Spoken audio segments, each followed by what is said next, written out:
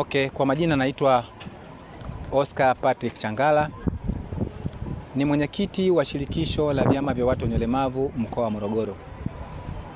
Lakini pia ni mjumbe wa mkutano mkuu wa shirikisho la vyama vya watu wenye ulemavu Tanzania. Kwa ufupi, shirikisho la vyama vya watu wenye ulemavu limeundwa na vyama vingi ambavyo kitaifa limeundwa na vyama 12. Lakini kimkoa limeundwa na vyama 7.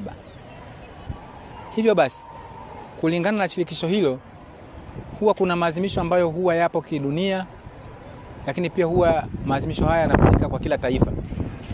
Sasa kwa bahati nzuri katika mkoa wetu wa Morogoro, mwaka huu tumepata bahati ya kuadhimisha siku ya watu wenye ulemavu duniani ambayo kitaifa imefanyika katika mkoa wetu wa Morogoro. Shughuli hii huwa lengo lake ni kutoa elimu, lakini pia kukutana kwa pamoja na kuweza kushauriana na kuweza kujua mustakabali mzima wa watu wenye ulemavu.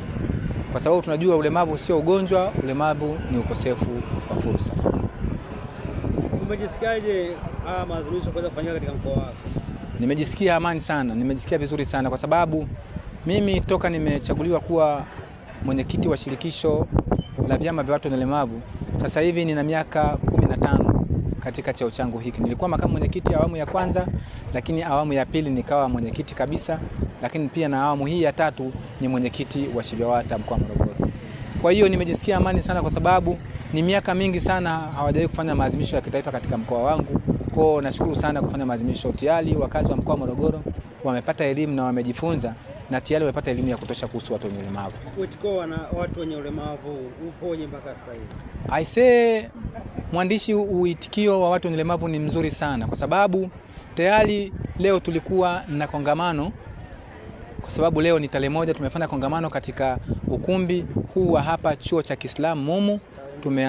Tumeanza kongamano letu muda wa saa 2 na saa hizi saa 9 saa kuelekea saa 10 ndio tumemaliza masuala ya ukumbi, lakini kesho ndio siku rasmi ya kilele cha maadhimisho ya siku ya watu wenye ulemavu ambayo tutayafanyia katika viunga hivi vya chuo cha Kiislamu Mumu ambavyo viko hapa Mumu kwenye uwanja wa mpira hapa Mumu. Kwa hiyo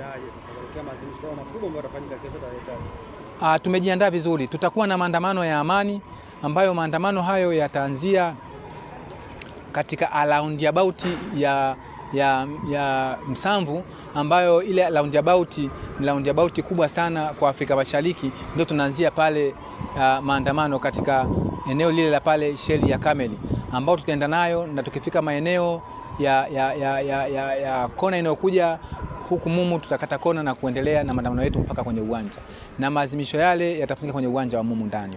Kuna neno gani la mwisho kwa jamii na kutizama kwa kwenda? Mimi niwaombe wananchi wote wa mkoa wa Morogoro, hata ambao hawapo Morogoro mjini hapa, waendelee kutuombea amani, shughuli yetu iweze kwenda vizuri na kuisha salama. Lakini pia wakazi walio hapa Morogoro mjini, tunaombeni mshiriki sana maadhimisho. Kuingia humu ni bure na kuangalia ni bure, kuja kujifunza kitu kulingana na mambo tunayofanya.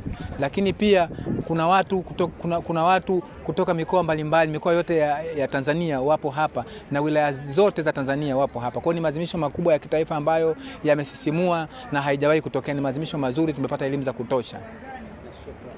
Nashukuru sana.